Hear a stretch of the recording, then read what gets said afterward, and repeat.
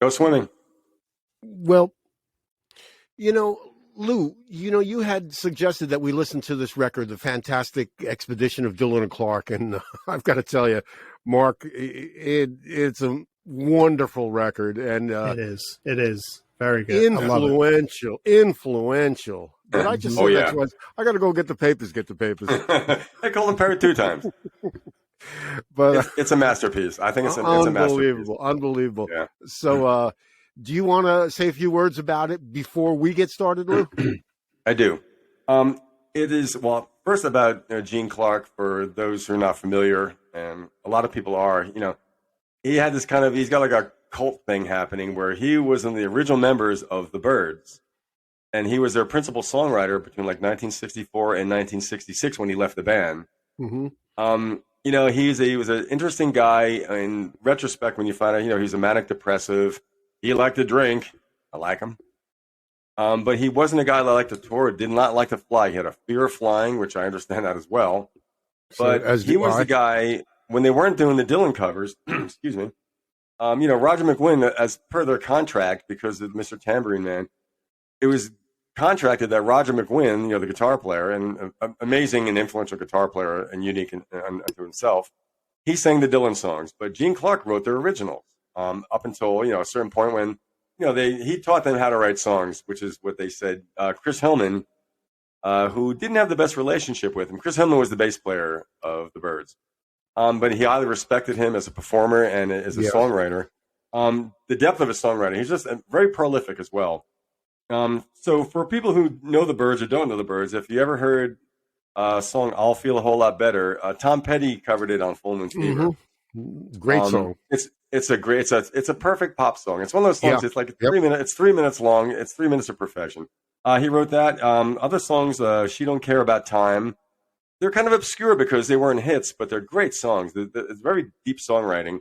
Another song, "Set You Free This Time," and I think a lot of people know this one. He wrote the primary songwriter of 8 Miles High. Yeah. 8 Miles High. Really? Yeah. And it's a very jazzy song. McGuinn's guitar playing is very jazzy. The drumming is very jazzy by Michael Clark. No relation to Gene. So in 1966, he left the band. I think there's probably some tensions. He was kind of the guy. He was their front man. He was the tambourine man. He played guitar as well, but if you see those early videos, he's just standing up there with a tambourine. Great looking guy, very charismatic, and a great voice. And so he was they used to call him, he was like Prince Valiant. He went out there, he was just, people loved him. But when he left the Byrds, he was on an airplane and he was begging to get off. He just couldn't handle it. And Roger McGuinn said, "If you can't fly, you can't be a bird." So I don't think that's kind of cool. But so he left the band and then embarked on a solo career. The record before the Fantastic Expedition of Dillard Clark was Gene Clark with the Gosden Brothers. So it's another kind of bluegrass influence country. It's on the vanguard of the country rock, pioneering, not unlike Graham Parsons. I've heard some things from it. Yeah. Yeah. And Graham Parsons, when he joined the Byrds, "Sweetheart of the Rodeo" is another groundbreaking, seminal country rock pioneering album. Yep. On comparison, I think I'm partial to the Fantastic Expedition of Dillard Clark. I think it holds up better. It doesn't sound dated to me, whereas the Byrds record, some of it to me sounds a little dated. Well, and I think some of the songs sound similar. I think you should let Mark and I get into it, and then you can agree or disagree. But Mark, you want to roll with it? Yeah, I do. Listen, first of all, I'm just going to say thank God for California, because I'm listening to this album and I'm realizing at the time, place it came, it predated the Flying Burrito Brothers. It wasn't the first country rock album, but I think "Sweetheart Brother" came out like a couple months before. It's within the same time frame. Yeah, really. It's it's part of a scene where Nashville was not promoting this kind of country. So thank God for these guys in California that started this offshoot of country. That's just the first thing that came to my mind. Oh, so by the way, excuse me. This was 1968, correct, Lou? Yeah. So I played it the first time. First time, it kind of like, hey, it's good. Didn't really sink in. It takes me. It's like getting water out of a stone for me to really get into an album sometimes. Mm-hmm. I played it all week. By fourth day of playing it, it's become probably my favorite album of that genre right now. First thing I noticed, no drums. It's totally stand-up bass. One song has drums. One song, okay.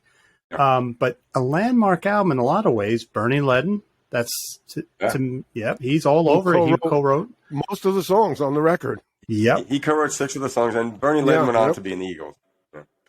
Yeah, exactly. And Mark, you made a great point. All the bass playing was pretty much upright bass, double bass. Yeah, and it sounds really good. But as I'm playing it, and I'm driving my car, and I go, this song sounds familiar. Well, Train Leaves Here This Morning. I'm like, shit, that's Eagles covered that song. I was like, oh, yeah. Then there's another song I recognize. They did it on their first album, they did it. Yeah. And then She Dark the Sun kind of sounded familiar, and I did some research. Linda Ronstadt covered that. And I was like, yeah, that's right. I didn't know that. So, but Linda Ronstadt from that scene. Wow. The arrangements on it are sublime. It's nothing like Flying Burrito Brothers. It's a totally different feel. Mm-hmm. So I wish they had done more. I really did, but they only did 2 albums. I would love to have seen them do a lot more. I'm actually going to research these 2 guys and get into more of their music because Lou, I didn't know much about either of them. So I give it 2 thumbs up. I love it. I love the album. That's all I'm going to say. And Doug Dillard. Oh yeah. By the way, they really made a cool picture too. I was researching. There you go. Yeah, but I do like the album cover because they look like a couple of leather daddies or something. They got the motorcycle helmets. Well, it's funny because the first time I saw this album about 3 months ago, you're on Facebook and you just get these things pop up. So there's this vinyl collectors thing, and someone put that album up, and I just went. I thought it was some English thing or some Irish thing. That's what it looks like. It doesn't look like it's country, So I kind of gave it yeah. And Doug Dillard was in the band, the Dillards, their famous bluegrass famous group in certain circles. They're the hillbilly band that were on the Andy Griffith Show. So if you ever see those old episodes where they got the hillbilly, that's the Dillards. So that's Dillard. Not to be confused with the famous guy Bob Dillard. Yep. Robert Sheriff Andy played with them, the Dillards, right? Yeah. And Doug Dillard's a multi-instrumentalist. Bernie Ledden's songwriting on it is fantastic. The Dillard and Clark version of Train Leaves Here This Morning, I like it so much better. The Eagles one sounds a little slick in comparison to me. Surprise. Multi-harmonies, but right, yeah. Well, the song that stuck out to me for guitar playing was With Care from Someone. The flat picking on that song was fantastic. Oh, my God. And the mandolin playing? This stuff is... I can't wait till I go.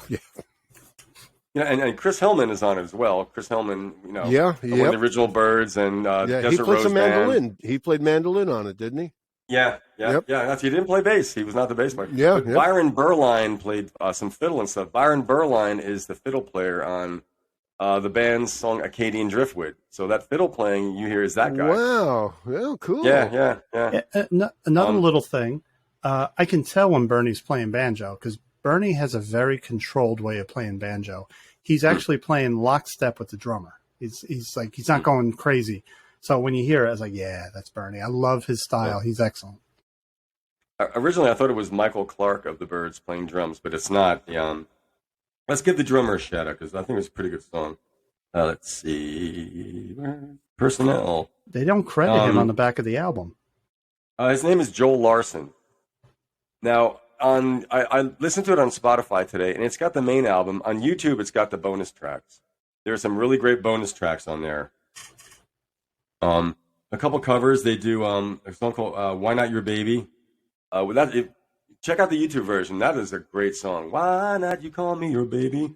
I'll check that out. Don't Be Cruel. They do an Elvis cover, "Don't Be Cruel," which is really cool. The guitar playing is great.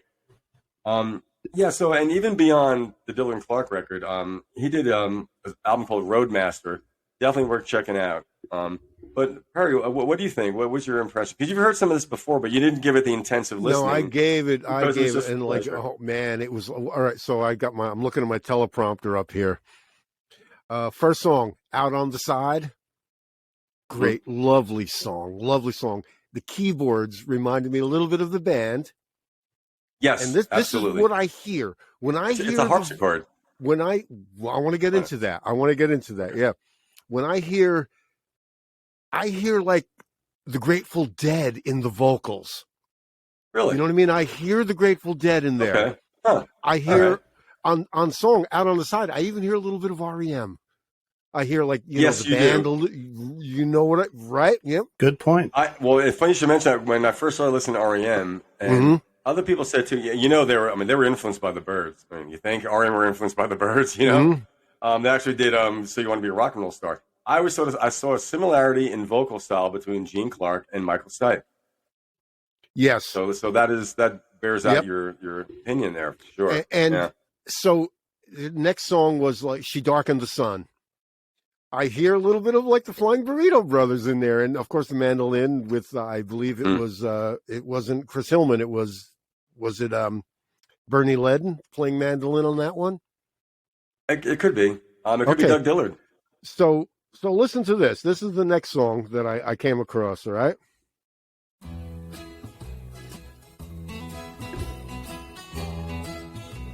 And this is Chain Lift Here This Morning.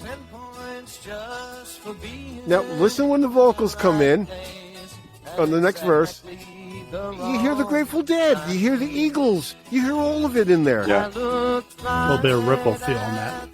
When you hear the backup vocals. Yes. I know we're getting sued now. No, we're not. Here it goes. It's all education. It's the Eagles. Yeah.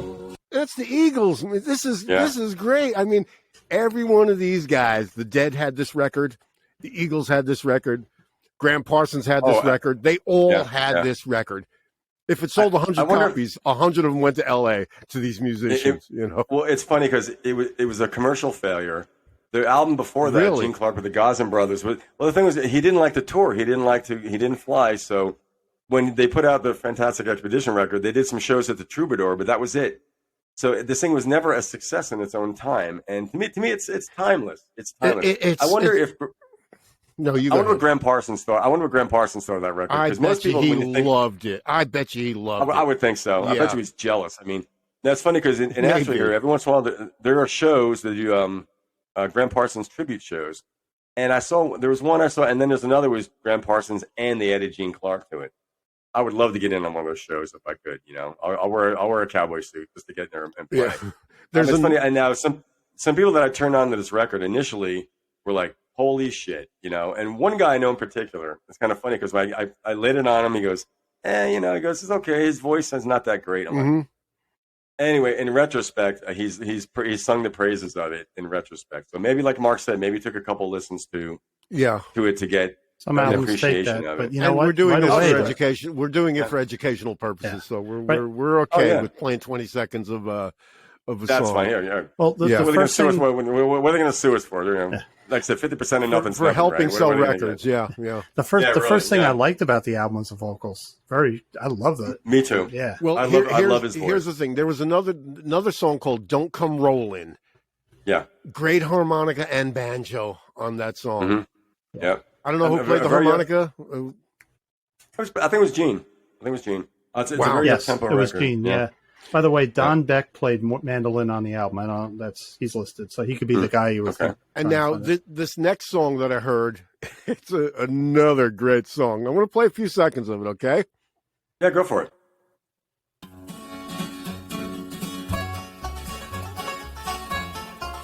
Let me fast forward to the back of vocals. Your story had to start. Here she comes. Michael Stipe could sing this.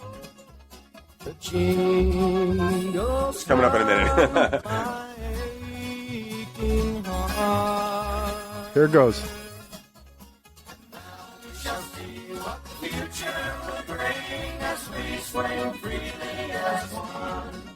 This is amazing. I hear Poco in there.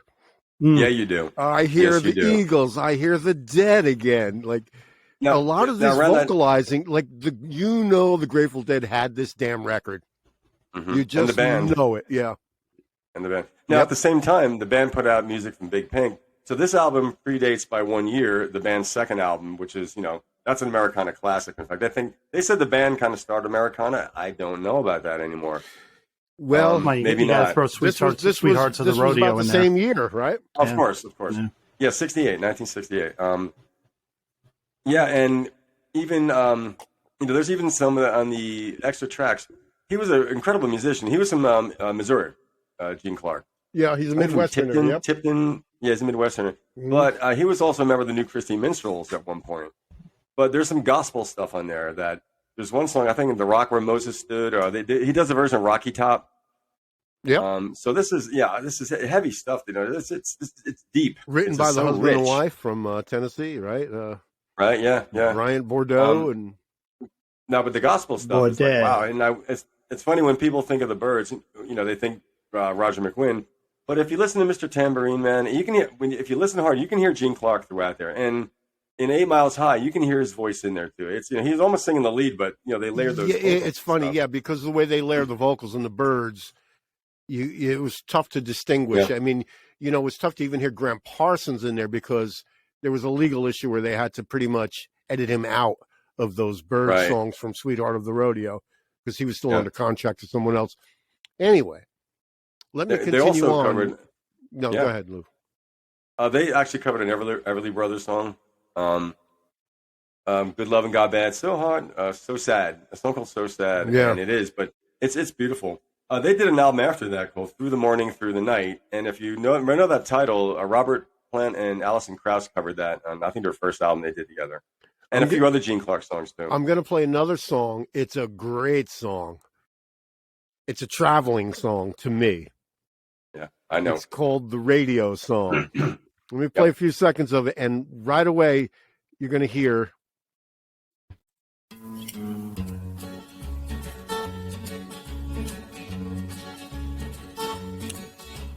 15 miles from Memphis, I think that was the sign. I'll be driving through tomorrow just to lose a worried mind. If I reach Colorado. That's an electric harpsichord. I looked it up. Yes. It's an electric harpsichord, and it's on maybe 3 songs on the record. Yeah. Yep. Yeah, it was there were the descriptions of this is it's Americana, psychedelic country, Baroque pop. Well, that comes up a lot. I'm going to sum it up at the end of it, so with my little summation, if you don't mind. Yeah, I'm really getting into this. So now the next one is the Lester Flats cover. Get it on, brother. Get on, brother, if you wanna go home. Yep. And then there's another one. It's called In the Plan. It's mountain music. Yep. It's mountain music. Mm-hmm. Yep. That's another Bernie Ledden co-write as well. Yeah. That's Dillard Clark and Bernie Ledden wrote that. But this next one, I'm going to play a few seconds of it. I believe it might be the last song on the record, at least on the original one. And let me play a few seconds of it, and hopefully I don't screw it up.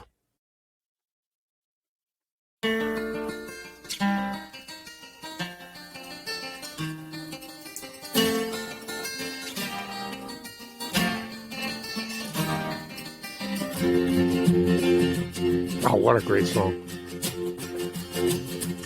Hours of joy when I was I hear the Grateful Dead in here. I hear the Grateful Dead. I do too. Yeah. I like that mandolin kind of like ripple. Watch. Kites of redwood. It's the Grateful Dead. They had this damn record. You know it. The American Beauty period. Yeah.